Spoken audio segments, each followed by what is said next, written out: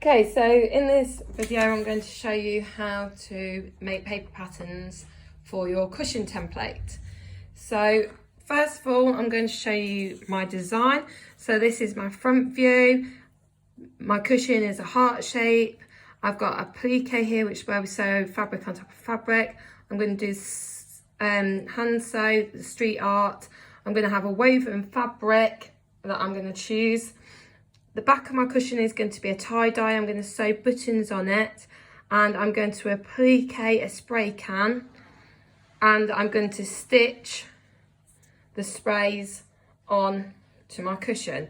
Okay, so to make a template, I'm going to tape two, because I'm making a heart-shaped cushion, I'm going to tape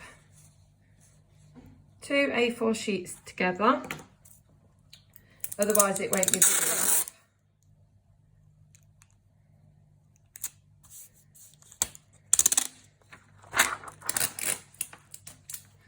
The reason why we make paper templates is so that we don't keep cutting bits out of fabrics and making mistakes. This way we know exactly how big we want our things on our cushion to be. Okay, so I'm going to fold it in half, and I'm going to make a heart shape. Okay, then I'm going to cut that out with scissors.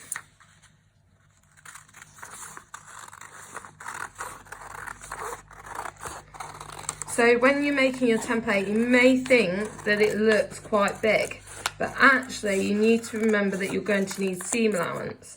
So what seam allowance is seam allowance is where your stitch line will be. So when you come to sew your two cushion parts together, so your front and your back, okay, you will stitch on the machine round here, because if you stitch on the edge, your cushion will fall apart. So we need this seam allowance around the edge as part of it. So although you may think it looks big, by the time we've sewn our seam allowance, our cushion is probably only going to be about that big.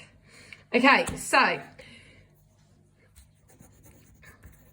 even though we're going to be making 2 out of fabric, okay, so we're going to cut ×2 in fabric, we only need 1 template. Okay, so this is to be used for our front and our back. Now, for my front, I need to make this template here, so this bit at the back here. So I know that I want it to sit probably about here on my cushion, and then obviously I'm going to sew street art on top of that. So once you've made your templates, you can then pin them onto your fabric. So if I cut this out, you can see what I mean. So this is going to be in another fabric, and I'm going to sew this on top of the fabric that I'm going to cut out as a heart. Okay, they do this in industry as well, but on a much bigger scale.